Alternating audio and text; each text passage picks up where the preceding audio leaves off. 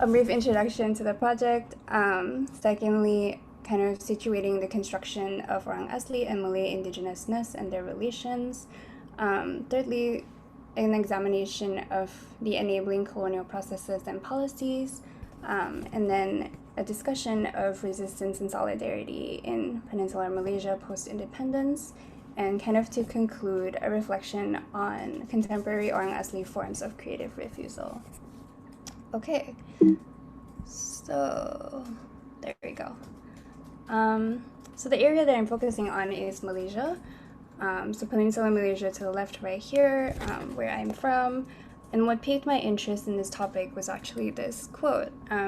At the crossroads of the past, present, and future, with the rise of indigenous voices and art, the question remains for Malaysia and its indigenous people. Where will we go from here, and how will we weave our rich Orang Asli histories, culture, and traditions into our national narrative? This is a quote from Gurimis Art Project, which is a collective that centers Orang Asli narratives through culture and art. And so this past decade has seen a crescendo of Orang Asli voices and art that center indigenous narratives of their relations to customary land and environment alongside their struggles for customary rights. These also imagine alternative Orang Asli futures and assert Orang Asli indigenousness and self-determination. But for me to ask what is this future envisioned first requires us to trace where the Orang Asli have come from and how they became the Orang Asli. A few notes: I use indigenousness and indigeneity interchangeably, as both have been used by Orang Asli scholars. The terms Aboriginal and Native refer to official legal language, while Indigenous peoples is defined in accordance with the UN DRIP. And as mentioned, since this paper is part of preliminary research, it's primarily a literature review coupled with brief analysis of websites and newspaper articles.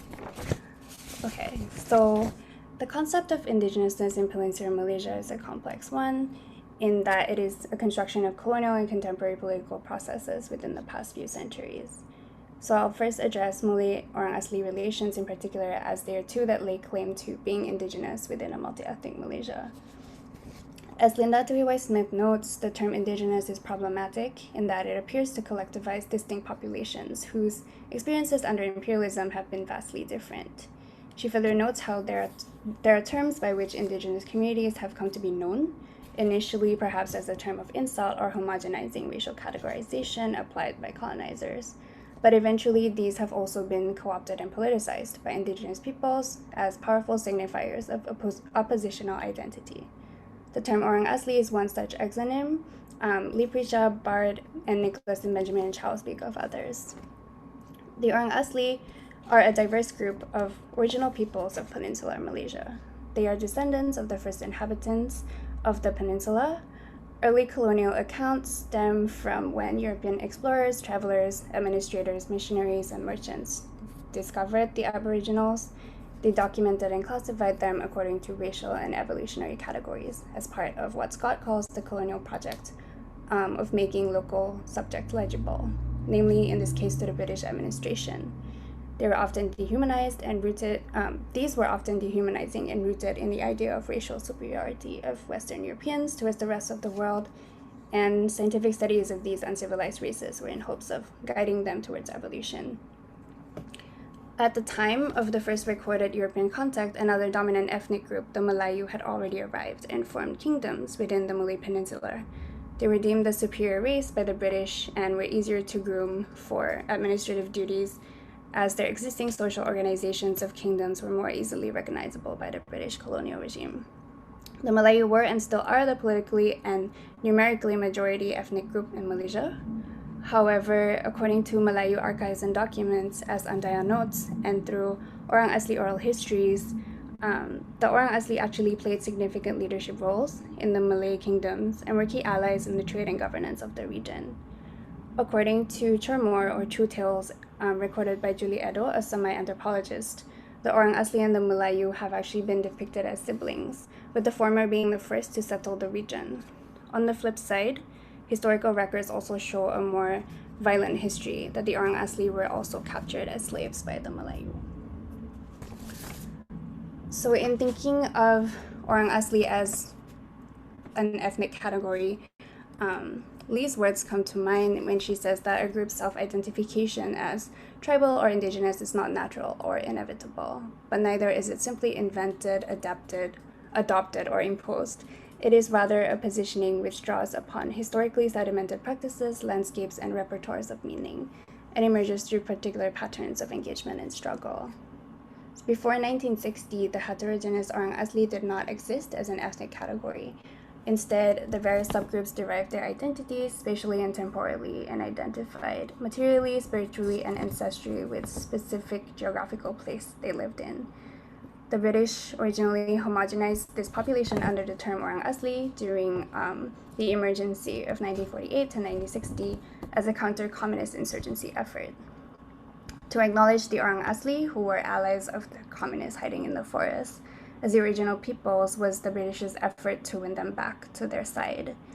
While it moved away from older colonial derogatory terms, it still negated the plurality of Orang Asli experiences, as Subramaniam says. Today, the Orang Asli refers to 20 or so official and distinct ethnic Aboriginal subgroups in Peninsular Malaysia who continue to, for the most part, maintain features of their distinctive languages, social organization, and spiritual values, culture, and customs. They number less than 1% of the population of Malaysia, while the dominant Malayu comprise 63, according to 2017 statistics. Unfortunately, 99% of them are also in the bottom 40% income group of Malaysia.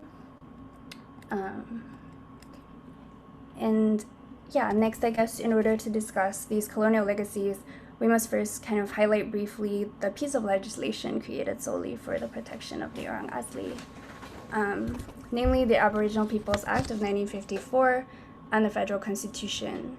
The APA was drafted as a legislation for the state to protect and govern most aspects of the Orang Asli's lives, including land rights, education, security, and most crucially, who can be defined as Orang Asli. According to Article 153 of the Federal Constitution, the Yang di-Pertuan Agong, the king, is also obliged to safeguard the special position of the Malays and natives of any of the states of Sabah and Sarawak, which deliberately excludes the natives of Peninsular Malaysia, who are the Orang Asli. And this renders them under the governance of the aforementioned APA. So moving onwards in history, after the independence of Peninsular Malaysia from the British in 1957, discourse on protection shifted markedly to the development of the Orang Asli, in line with the intense national economic agenda. They were placed into resettlement projects, where they were offered housing and basic amenities if they grouped together in a new area, very often not on their own ancestral land. Initially, in response to a communist resurgence, these resettlement projects eventually became a strategy to move villagers from land areas needed for development projects. The 70s and 80s saw a strong impetus for integration and assimilation of the Orang Asli, including conversion to Islam, the religion of the Malayu, in return for access to land, education, and work opportunities, as Nobuta states. This continues on into the 90s, a period of increasingly intense development in Malaysia and its growing presence in the global market economy. However, the Orang Asli were often not consulted in or allowed to benefit from these processes on their land, or that resulted in loss of communal land, Idris notes. And key to this is that throughout these years, Orang Asli dispossession is often blamed on their failure to improve and their backwardness, as discussed by Idris, Nicholas, and in reference to Lee. In the late 80s and early 90s, however, concurrent to this increasing development focus, Nicholas discusses a growing indigenous political consciousness and activism that stems from common experiences of state encroachment upon Orang Asli land, livelihoods, and survival. This resulted in the formation of Orang Asli coalitions of networks through which they're able to connect with fellow indigenous members across the peninsula, discuss assertion of collective Orang Asli identity, and while recognizing differences and demanding for basic rights. Librija cites similar processes in Thailand, when becoming indigenous peoples is not only about deterritorializing the state, but also about persisting with a minoritarian positionality through applying the idea of indigeneity and with demanding that basic rights be recognized. They also increasingly found solidarity through celebrations of the World Indigenous Peoples Day, Indigenous solidarity networks, and other intersectional movements, particularly environmental ones. They also began to move to the courts, and this marks a transition from the focusing on Orang Asli's failure to improve to the government's failure to protect its citizens. And so we kind of come back now to the question of where will we go from here and now? Fast forward to a decade later, the crescendo in indigenous resistance is increasingly taking the form of activism through art. These are two of many artworks by Shak Koyok, an Orang Asli artist activist. On the right is Wounded Memories, and on the left, Age of Tomorrow. He very proudly says that he paints nothing but Orang Asli and their everything. Shak is an Orang Asli artist and activist from the Temuan tribe of Selangor. Through his artwork themes, he aims to center the Orang Asli narrative, which is rendered invisible in the national narrative. While his artwork strikingly highlights the contemporary manifestations of colonial legacies, in this case, indigenous dispossession, environmental destruction, racial capitalism, he also highlights resilience in the face of neoliberal development and encroachment upon their land. He highlights a pride in their skills, traditions, and way of life. He highlights a critique and refusal of colonial logics that dictate how they must live their lives. And most importantly to me, I think he highlights the future, here in the depiction of a young Orang Asli boy who is cognizant of his people's struggles, but also of his traditions and connection to land. I have 3 minutes? Okay. So Shak's deliberate choice of pandanus mats I thought was really interesting because it's actually woven by his mother. And so I saw these as like a statement that land development and logging will affect Orang Asli materials and traditions, but it's also an invitation to explore ways in which the traditional and the contemporary, the past, the present, and the future coexist and shape each other. Syed places emphasis on the importance of who is doing the right thing, especially in the politics of how these worlds are being represented back. In this case, Shak and the increasing number of Orang Asli artist activists are the ones doing the right thing, so to speak, and representing back of their narratives. These also serve as a means to imagine an alternative future that recognizes their voices, histories, and rights as indigenous peoples and as citizens of Malaysia. I guess I'll end with Shak's words. He says, "We want our voices to be heard. Our way of life is woven into a chain. Everything we do has consequences for others." Yeah, thank you. This is kind of artwork from not only Shak's community of Orang Asli artists, but kind of artists beyond their community that have come together. Yeah. Thank you. Thank you so much, Sara. This is fantastic, fantastic stuff. I'm really interested to see this project emerging, especially as I've been talking to you along the way. So I'm sure that as we put these discussions together, we hear these talks together with each other, also as they sort of rub up against each other, they always create little frictions and questions emerge from that. So we'll just proceed along with our next speaker. And at the end, we'll have, hopefully, if I keep you guys on time, we'll have time for further discussion. Here we go, Hilson. Hilson is a PhD student at the University of Hawaii at Manoa in the Department of East Asian Languages and Literatures. His dissertation explores notions of a developing Okinawan identity in Imperial Japan. And his paper today is titled "A Marked Difference, Hajichi Hand Tattooing as Seen in Okinawan Documentary." So without further ado, Hilson, take it away, and thank you for joining us. Great. Thank you. Thank you for that introduction. And thank you to the organizers for this. I actually organized this conference myself about 5 years ago, and I know how much work it is. And I just want to say that just fantastic. It's really going off so well, especially with the online environment. So thank you so much for everything. A lot to get through. So I'm just going to jump in. So my presentation today, I have kind of broken into 3 parts. I'm going to very briefly talk about what even Okinawa is. That's sometimes important to define, and then briefly to talk about the economic situation in early 20th century Okinawa. I'm then going to introduce very quickly a short story from a writer named Kushi Fusako I'll get into that in a minute. And then most of the discussion will be about a documentary that was filmed in 1984 about these tattoos that I'll explain about here in a bit. So very quickly, because this is always sometimes important, right?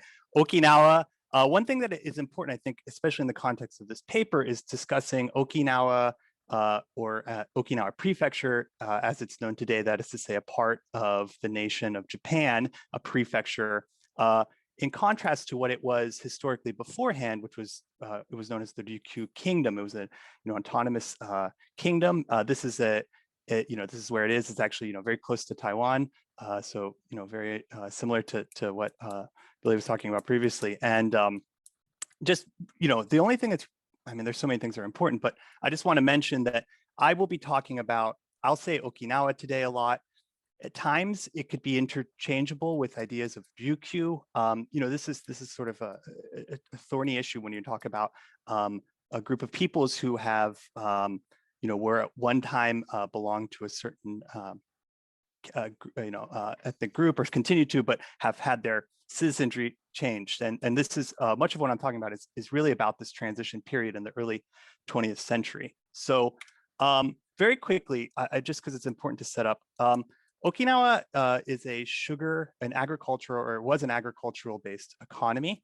Specifically, it was had a lot of pressure to develop its sugarcane industry, and along with the sugarcane industry buildup in the with World War I, it received a sort of economic boom because of global market conditions.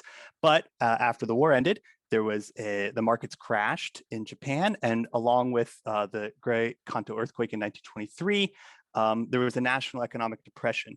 And Okinawa, as an agricultural economy, was hit very hard. 70% of the prefecture's workers were farmers, and it was left with an infrastructure to build sugarcane or grow sugarcane, but you can't really eat sugarcane to sustain yourself. And it caused a famine and all sorts of other things. But why I bring this up is because this caused a great mass exodus in many ways from the prefecture of migrant laborers, dekaseki in Japanese. And many of these people that moved were younger, able-bodied men and women, and they moved throughout the Japanese empire, the colonial empire, because this is in the 20s at this point. So, Japan was well on its way to developing its colonial presence throughout Asia. And, there's some really horrible stories about people selling their children, or the land on their family grave was located to pay off loans and things like that. But what I want to specifically point to is a group of people that were actually left behind in Okinawa, and that was the elderly. And there's many reasons for this. I'm gonna focus in on one, and I don't want this to sort of be imply that this is the only reason. But one of the reasons can be seen actually in is displayed in this short story that was published by an Okinawan author named Kushifusako. So Kushifusako was an Okinawan who was born of a pretty high social status. And she published this one story called, translated as Memoirs of a Declining Ryukyuan Woman. It was published in a mainland Japanese journal called Fujin Koron. And the story's publication has a very interesting story to itself. It caused a great scandal because it depicted Okinawa in a sort of, honestly, and that bothered a lot of people because it showed the struggles that the place was going through. It bothered Okinawans living in Japan that were trying to establish themselves with a sort of more national mainland identity. And so it's told from the point of view of an young Okinawan woman who lives in Tokyo, and it's concerned actually with her uncle, who has created a successful life for himself in Japan, hiding his Okinawan heritage, but who for a brief time returns home. So the story's setting is directly in the middle of the Okinawa's economic depression, and I want to point towards a specific specific section that discusses how these elderly women were impacted by this.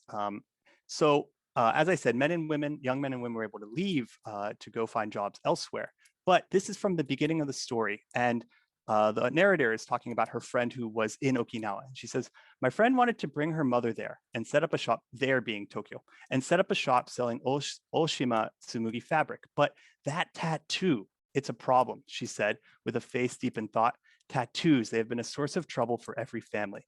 Even if a mother can save up enough money to send her sons to higher school on the mainland, those marks in the back of the hand destine her to be left back in her hometown until she dies. It's terrible, but there are many cases where grandmother passes without ever knowing the face of her grandchildren. So, you know, this is a fictional story, but she's calling out these tattoo. In the Japanese original, this is irezumi, not the word hajichi, which is what I'm going to be talking about. But it's clear that this is a reference to the Ryukyu tradition of hajichi. So what I wanted to establish here is that this story in 1932, written by this real, high class Okinawan woman, is positioning tattoos as something that are an anchor almost, something has a negative connotation at this point in time. It holds people back and does not allow progress and things like that. And this is not to criticize Kushi, this is just an interesting element of the story. So very briefly, what is Hajichi? I'm going to talk about this word, I'm going to use this word a lot. So Hajichi is the practice of tattooing hands in Ryukyuan culture. On the main island of Okinawa, it's traditionally seen as a development and maturity in women's lives, particularly related to marriage.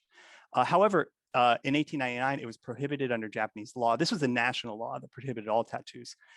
It's sort of semi-codified. There are designs that are often repeated, such as the sun or stars. And interestingly, I won't have time to get into this today, but on other islands, such as Miyako, has quite different designs, and they often hold different significance, and they're actually often tied to a passage to the afterlife, or the world after. I don't want to call it heaven, but the world after this. But today I'm going to be focusing on Hajichi in the context of the main island of Okinawa, which is, I think, what it's most well known as. The most research and thing has been done on it. And I'm going to look at it through the lens of this documentary that is quite a mouthful to pronounce. Afterglow of the Southern Islands, Women in Their Hajichi, Tattooing of Okinawa and Miyako Islands. And this is shot in 1984, but for some reason it wasn't released until 2014. It's directed by a mainland Japanese filmmaker. And he states that he made this film because he had actually been to Okinawa before and had in the 60s and seen these tattoos and was very taken by them. And by the 80s, so the law goes into effect in 1899, outlawing tattoos. So 90 years later, basically, this had been pretty thoroughly suppressed. And so he thinks that this may quite possibly be the final record of Hajichi of the women born in the Southern Islands. So all the women he interviews are in their 80s and 90s. And he just goes around asking for them to talk about their tattoos. So the first, I'm going to show, if I have time, hopefully 3 clips. So the first interview, this is the beginning of the film. He recruits a local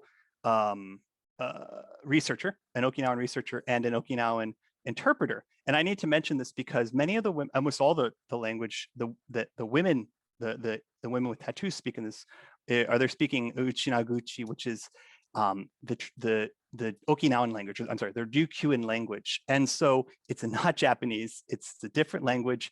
Though someone that only knows Japanese will not understand. So there has to be interpretation. And I'm in the process of translating and subtitling this documentary.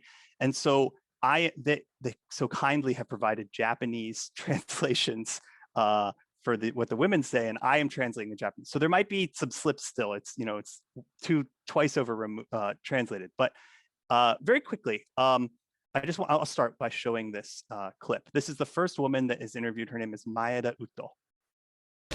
これ調べがちゃびしがこれいくちうんじゃいくちの年にいくちの年にちっちゃいしびが17ってちっちゃいああ17足にびっち3丸さい나마 비레비 아17하트 도사부터 야마투가 있음 가린도 사고도 치카 제비시고 담은 거 앞에 나를 후딱 줬다 세거로 우리 이거 다 있어. Okay, so here there's 2 important statements about tattoos are raised. The first is Nakama is the interpreter, the researcher. He asks whether she was married and asks how old she was. And this is something that's repeated throughout. And so it seems trivial maybe, but I think that we can see that this man is conducting his own sort of ethnographic research in the film. And so the other thing that's important that is raised is the concern that the woman expresses about being taken away. So this is something that is repeated many times. And, you know, in other words, this was not, the motivation for her tattoos was not born from this long-standing tradition of the tattoos being something that you got as a young woman when you were about to get married and etc. Rather, it's rather sort of a protective measure, right? In other words, they're you know, these tattoos that we see in this documentary, most of which take place in the first 2 decades of the 20th century, I think we can argue they're being seen as a mode of resistance to both the sort of suppression of indigenous Ryukyuan culture, as well as expressing fears concerning Japan's role in the modernization of Okinawa. So, you know, the generation that is interviewed in this film are in a very unique position at this sort of important turning point in Okinawa's history, where the advancement of modernity sort of necessitates, you know, native modes of protection, but also trying to maintain an appreciation and understanding of these traditions. And by the time these cameras capture these memories, many have been lost. I'll go to one other. So the next clip here is with a woman, Toyama Ushi. And this one is very interesting because it takes place and her children or grandchildren are around. おばあちゃんのさ、ハジチ見るとどんな感じする？知らない。ばあさん山手そういんで。いや。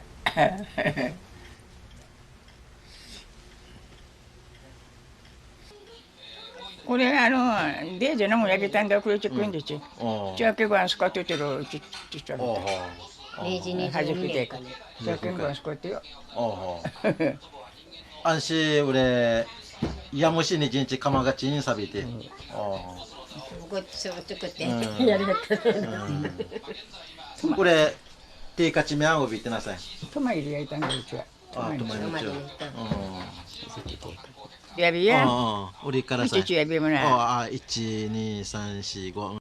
Okay, sorry. And so here we see some very interesting things. He goes on to count the stars and get the names. So, you know, I think one thing that we see here, the moment where the filmmaker asks the young girl about Hajichi is really interesting.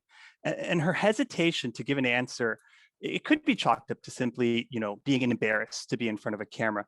But I think it also points to this genuine ignorance about the tattoos on her grandmother's hands.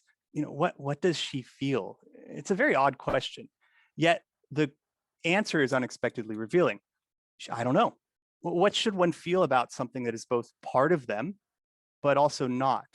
And her grandmother's response, one of teaching, she begins telling her granddaughter of the dangers that young women faced when they were growing up.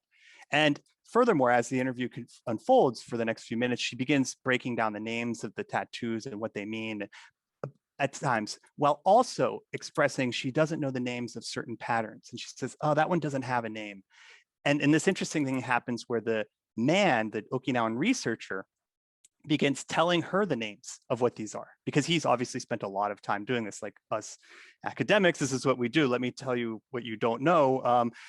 And so he begins telling her, and it's almost like this weird moment where this man is explaining this woman's body to herself. It happens throughout the film, and I'm still working through how to sort of reconcile what that is. But it's a very interesting moment. And, you know, there's also, I think, this transfer. This is a moment of sort of cultural knowledge being transferred in the film. We see it happening live, and one has to wonder if it would have happened without the cameras being there. And finally, I'll try and talk about Yamaguchi Ushi, who I love this one. She's incredible. So Yamaguchi is really interesting because this is the longest interview in the film. It's about 10 minutes. And she says a lot of things. One of the things she says is she got the tattoos done when she was 14, but she had to be done in secret because by this point, the law was well in effect. So it was illegal to have done what she was done. She says that those who had tattoos at school were called savage Yaban. And I think this is interesting because it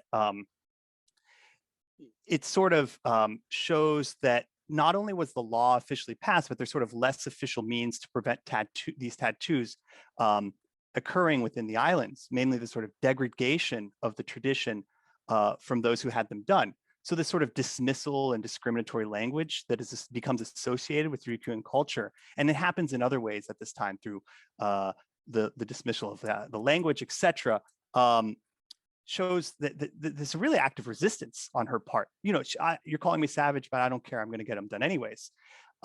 She also expresses the concerns about the being taken away by the Chinese in Naha. China, you know, they have to point, that's always the concern at this moment. They always mention China. And she talks about how much pain it hurt her, and how her mother talked about the pain was something that women had to endure. She says that the pain is something, and the teaching of it is bound into Hajichi. But the last thing I'll show, and I think I'm out of time, is I just want to show this clip, because throughout all this, towards the end of the interview, Sorry. okay, I'm sorry. I think you should play watching the clip just so we can stay on time.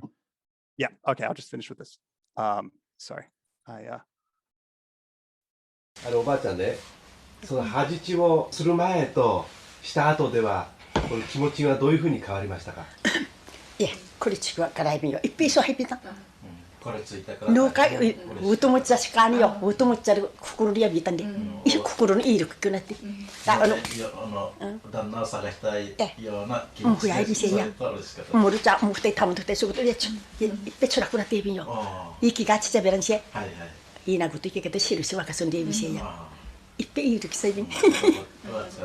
やきさるとらいびたる。なまましえびんだ。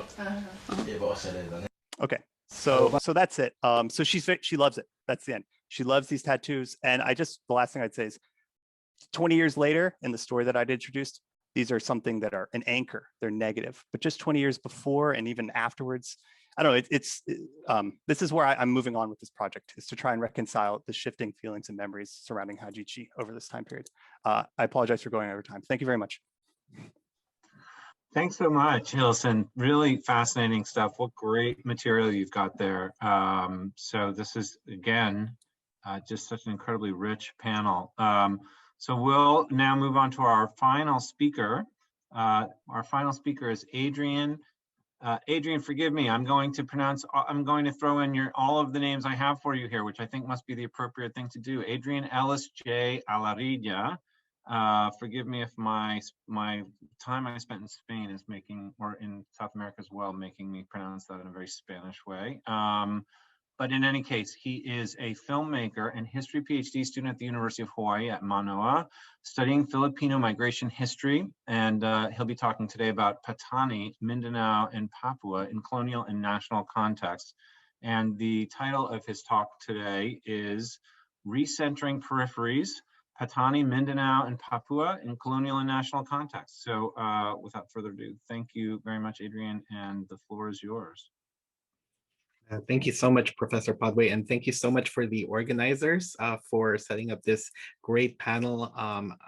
Such amazing work from everyone, and I hope I can do this panel justice. So today I will be talking about the construction, occupation, and incorporation of peripheries into the nation. We will be looking at migration from the metropoles to the peripheries as a way to legitimate the claims of the nation on such peripheries. And by disaggregating the nation and looking at these movements not as internal migration, but as a translocal redistribution of people, it is possible to break away from the myth of national incorporation and see it for what it is, settler colonialism. I apologize in advance for any oversimplifications or misrepresentations I make. I'm trying to cover a lot of ground here. And does everyone see my slides? Okay, great. Okay, so a bit of a background. Southeast Asia can be best characterized by its geographic, linguistic, and cultural diversity caused by its geographical features.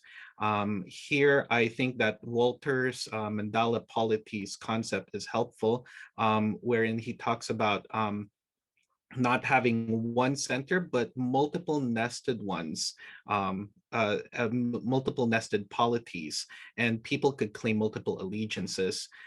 This was in no way absolute, and leadership was constantly challenged, negotiated, and subverted, and so-called territories were rarely clearly set and drawn. And then during the colonial period, European colonization brought disparate groups of people together in order to serve a single colonial master in particular territories. Under tightly centralized colonial hierarchies and standardization of educational curricula, various ethno-linguistic groups came to understand each other as fellow colonial citizens. And here we get to Benedict Anderson's concept of imagined communities, wherein people who did not know each other or do not know each other somehow find a common bond through their shared self-identification with a nation. And this shared citizenship gives a sense of equality regardless of ethnicity, religion, or language, and seemed at first to be able to overcome their ethnic differences. So after the colonial experiences, the creation of the nation brought different peoples together, speaking different languages, practicing different cultures into this concept of a nation. However, as centralized leadership proved ineffectual in unseating historical tensions between different groups and cultures, and as the nation demanded more from local resources, these shared national identities proved more tenuous. Such that over the last few decades, various separatist movements in the region began to express their dissatisfaction and lack of belonging in these fledgling nations and call for self-determination and independence. Under the rhetoric of nationhood, often as a response to colonialism, formerly sovereign lands were incorporated into new national territories. They facilitated the migration of national subjects to the new territories in order to legitimate their claim to the land. So now we go to my first example, Patani. So Patani is located on the Isthmus of Kra between the Indian Ocean and Gulf of Thailand. Because of this, it became a strategic location as an important transshipment point between the Indian Ocean trade and the China trade. It became an important center of Islamic scholarship, a pluralistic place ruled by Malay Muslim rulers. It became a tributary state to the militarily superior neighboring kingdom of Ayutthaya. Later on, the kingdom of Siam restructured their political relations and signaled the end of the Mandalic configuration of polities. A series of successive waves devastated Patani and set the stage for the formal incorporation of Patani into the modern Siamese state. By the 19th century, as independent Siam became increasingly pressured by the British pushing onto their western borders and the French on the east, the kingdom had to find a way to adapt to the changing conditions in the region and modernize in order to assert its authority and sovereignty. Oh, sorry about that. Unlike modern nations, however, this new national identity was conflated with religious orthodoxy under Theravada Buddhism, since Buddhist doctrine legitimated the rule of Siam's monarchs. With the incorporation of Patani to this new modern nation, this required the civilizing of semi-barbaric Malay Muslims through new laws and cultural and educational campaigns. They also deployed a regional ethnic and religious minority, that is Buddhist Siamese, to counterbalance or regulate the Muslim majority population in the region. In 1974, a report prepared by the Institute of Population Studies in Chulalongkorn University asserted that migration is an instrument of cultural diffusion, as well as an instrument for social integration, citing American professor Sidney Goldstein's use of the term melting pot, something that we're very much familiar with here in Hawaii, as a way to acculturate minority populations. Therefore, it can be implied that the intensity of the problems of regional differences in many societies might be reduced by the exchange of cultural traits through internal migration, and greater national unity and homogeneity might be achieved. By 1960, Yala province in the deep south, bordering Malaysia, had the 6th highest rate of in-migration in the entire country. Most of them came to find work, especially in rubber plantations, while a portion worked in government offices. The government spent considerable resources in ordering the rowdy southern region, supported by the Buddhist clergy. Even with rising in-migration, Buddhists remain a minority in the region, and with Muslim separatism and the threat of Islamic domination, Buddhist monks have literally taken up arms in response. This shows just how deeply embedded religion is in Thai national identity, and therefore how far Thai Buddhists would go to maintain their hegemony across the nation, including Patani. The inflexibility of the Thai Buddhist nation state in forcibly assimilating Patani into Thailand while literally and metaphorically erasing Malay Muslims from the land has made Malay Muslims question the legitimacy of the Thai state over them. In-migration of Thai Buddhists into the region has not led to the desired effect of acculturating Muslims into Thai-ness, but has rather served to further widen the divide between them. Duncan McCargo suggests that the only solution would be substantive autonomy for the Malay Muslims, but the question would be whether Thailand would be willing to give that if the ethno-religiosity of Thai Buddhism is so central to the national identity it has constructed for itself. So next we go to Mindanao. In 15th century, Mindanao was a major cultural center, positioned between the Sulu Sea, Celebes Sea, and the Pacific Ocean. It is close to Borneo, Sulawesi, and Maluku. By the 15th century, it had become integrated with the larger Islamic world, as well as it also was home to the Sultanate of Sulu, whose founder, Raja Baginda, claimed heritage from the Prophet Muhammad himself. By the 16th century, the extent of the Sulu Sultanate reached all the way to Brunei. Islam had also been spread across various ethno-linguistic groups in Western Mindanao and was also beginning to gain a foothold in the islands as far north as Luzon, if it had not been for the advent of the Spanish who colonized Luzon and Visayas and converted them to Christianity. At the same time, in much of Eastern Mindanao, various ethno-linguistic groups largely resisted both Islam and Christianity, even as they adapted to both forces. As Mindanao remained largely free from Spanish colonization, it remained integrated in the commerce of the Malay world, including slave trading. Until the 19th century, the Christianized lowlanders of Luzon and Visayas remained subjected to regular abductions and slave raids by the Moros of Mindanao. As family and community members were lost to Mindanao, fear and antagonism towards the southern island pervaded in the Filipino imagination. The America purchased the Philippines from Spain in 1898, starting a bloody war across the archipelago, and Mindanao became a regime within a regime directly administered by an American military government acting independently of the Manila-based Philippine territorial government. In its early years, most plantations were American-owned, and they could keep Manila Filipinos away as much as they could. Setting foot on the fertile Bukidnon Plateau in northern Mindanao in 1911, Governor General William Cameron Forbes likened it to the American western frontier, a white man's land, an ideal spot to get to work and cultivate the virgin soil and undertake other enterprises.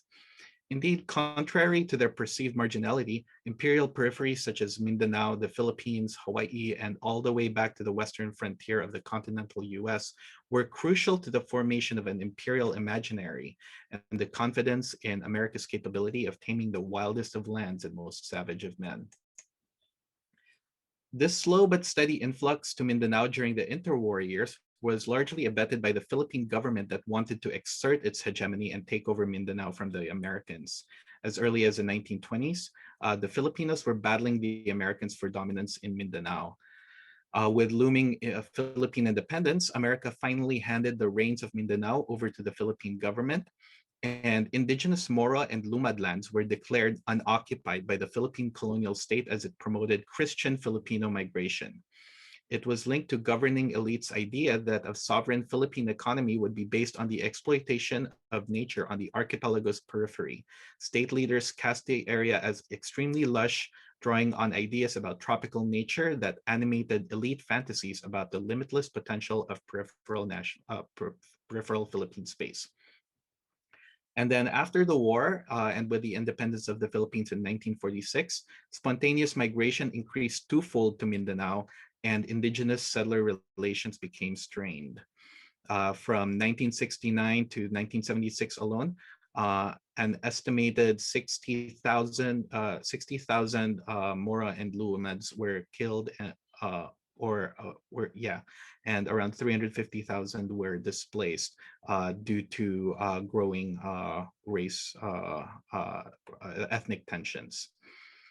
And the tension exacerbated during the Marcos regime, who aggressively promoted migration to Mindanao, as well as instituted military rule there in the guise of ordering the island.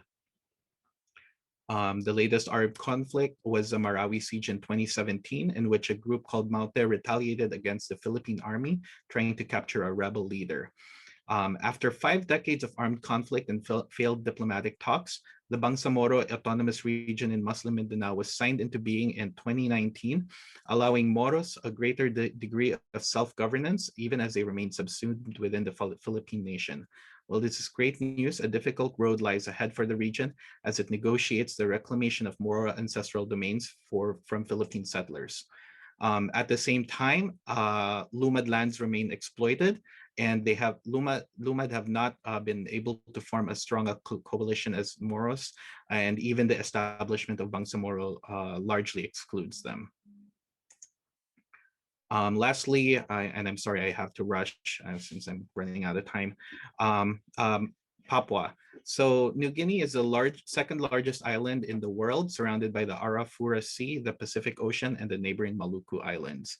Divided by high mountain ranges and isolated by forests and wetlands, its indigenous inhabitants have diverged and developed hundreds of languages, if not thousands. Papua was a crossroads for ancient migrations, and it is believed that the Austronesian speakers arrived around 2500 BC and intermingled with the native Papuans.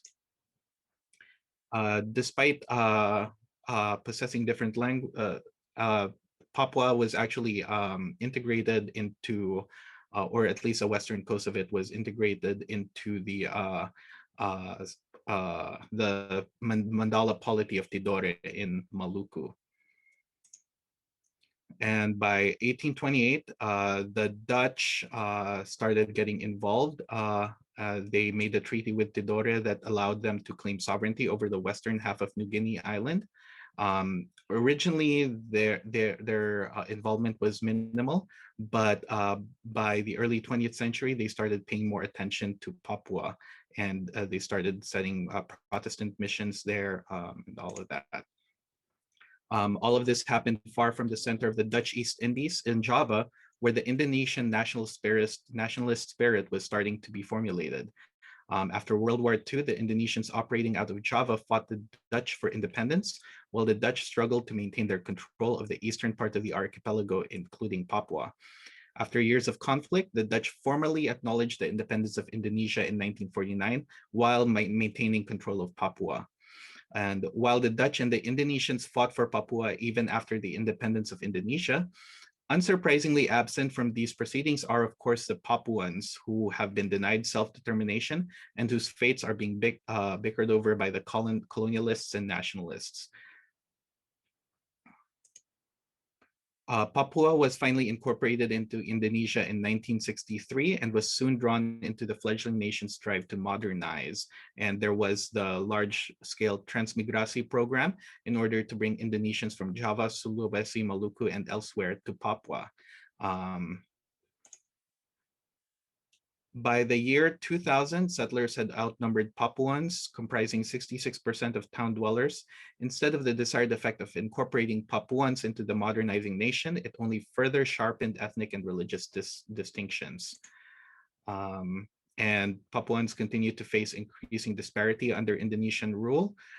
Despite having the highest per capita revenue of all 6 Indonesian regions, thanks to its resource earnings, in 2004, West Papua conversely had the lowest per capita expenditure on public health in the country, and they continue to suffer high poverty levels and illiteracy rates. So in summary, nationalism created peripheries where there might not have been any. Migration was used as a way to homogenize the nation and incorporate peripheries into the nation. And although the religious and ethnic differences were probably used as a way to make sense of social inequalities and hide the true source, which is the creation of nation. And here I go to Candice Fujikane and Jonathan Okamura's book, Asian Settler Colonialism, where they try to argue that settler colonialism can be performed even by the poor migrants themselves, and that this continues to happen during the post-colonial period. The complex interactions of various state, capitalist, and labor forces reveals how deeply entangled migration is in both colonialism and nationalism. As Tracy Banivanua Mars observes, of the fourth world, comprised largely of oftentimes non-sovereign indigenous peoples, the national sovereignty and identity of settler nations are often predicated on indigenous peoples within settler territories being essentially non-self-governing. Migration embodied both colonial and national growth, and even though many migrants were settled in national peripheries for seemingly harmless reasons, to make a living, to work the land, to provide for their families, their movement also legitimated the claims of the nation on its periphery. Operating through and within the nation, migrants asserted their legitimacy to move and occupy space throughout the territory while disavowing the rights of other imperial subjects, and colonial and national subjects, most notably the indigenous peoples of the places they settled in. Sorry for the rush, thank you. Thanks so much. What a fantastic paper and what a fantastic set of papers. And I just love to see them all together, brought together here. Kimmery, can I ask you for some guidance? Do we have time for discussion? And is that something where people can raise hands? How I know we're sort of up near the end of this particular section. I think we have time for maybe 1 or 2 questions. People can put it in the chat, or I guess we might be able to use the raise hand function. Yeah, if people want to do that. I see Alexis, you have a question. Why don't you go ahead and unmute and ask your question. I do, and thank you for opening this up on Zoom. I'm coming to you from Santa Cruz, California, so this would otherwise be impossible. But my question's for Hilson. Thank you for your really good presentation. If you're familiar with Hajichi, it's like super hard to look it up in English, so I really appreciate your work. I have a question about the women who are representing themselves in the documentary. And oftentimes when you hear like the pirate kidnap narrative, it can be separated into 2 paths, the uglification rationale or the spiritual talisman rationale.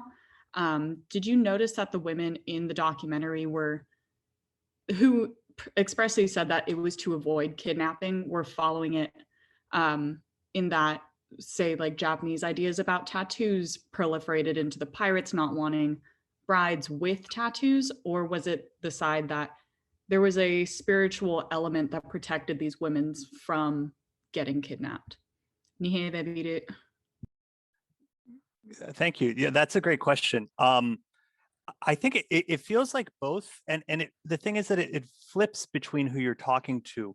What you see, what the documentary you see, because there's I think 18 women or 20 women throughout this thing, is you see varying levels of knowledge and sort of memories of what these tattoos really mean. And there are moments where it feels like the way that they talk about their tattoos in regards to sort of protection is like, my parents took me and had it done to me so that I wouldn't be taken away. But then, for example, the Yamagusku, the woman that I showed at the very end, she actively searched it out, and she says things specifically like, my village had unique patterns and I loved them, and I wanted to get those so that I could stay in my village and be married in my village. So I think that a lot of it is tied more to the sort of the protection of it rather than the uglification. But I think that's absolutely there at the same time.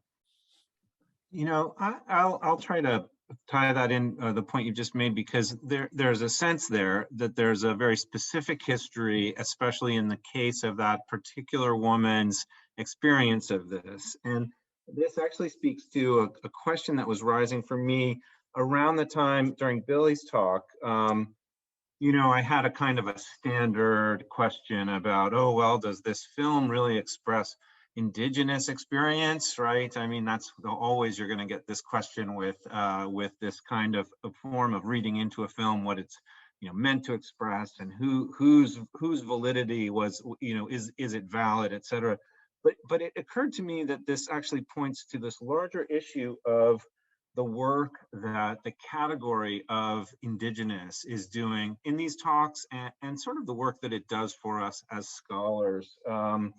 You know, we're talking about a whole set of particularities, of particular experiences, particular histories, groups of people that have been formed through relationship to each other and to others outside of their sort of intimate experience. And I know this is also a constant question, but given the way that the papers we were talking about today have been talking about, you know, efforts to incorporate Indigenous alterity into the national mainstream in some way, right? Does the term Indigenous itself sort of have some, is there a pitfall there? Is it, how do you continue to make it productive? I guess I'd ask you guys, as you grapple with this from within this sort of perspective, how are you dealing with this question of the work that Indigenous does? Does it homogenize, and even as it seeks to stake out difference? I'll just open it up to any of you that would want to comment. Well, for me in my research, often what I'm looking at is a comparison between mainland China and Taiwan. In mainland China, there isn't any sort of call to Indigenous. They don't call people Indigenous. So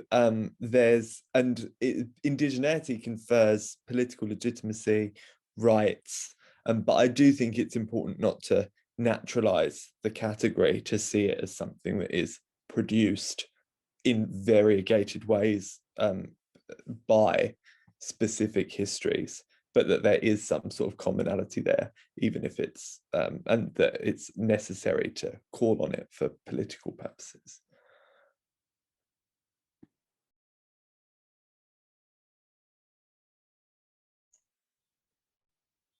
If I may add a little bit to the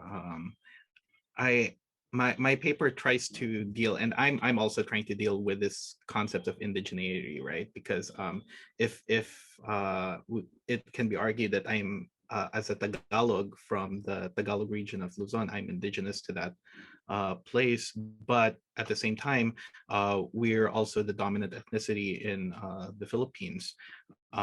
So I would say that you know, this sort of indigeneity was constructed, you know, as the I'm so sorry, I'm blanking on the name, Sara, the first presenter, and I do see a lot of comparisons between your paper and as well as everyone's papers. This was constructed during colonization as well as the period of nationalism. Yeah,